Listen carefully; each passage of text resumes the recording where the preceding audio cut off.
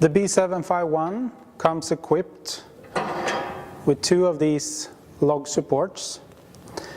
If you plan to handle larger logs on the B751, we also sell the big log supports. They come in a pair, 2 of these, and they are longer than the standard log supports, and you put them on the same way as you do with the shorter ones. They also come with the kit with attachment screws, so you can actually attach the log supports on more log rests than on the standard equipped B751. It's a great addition if you want to mill larger logs on your B751.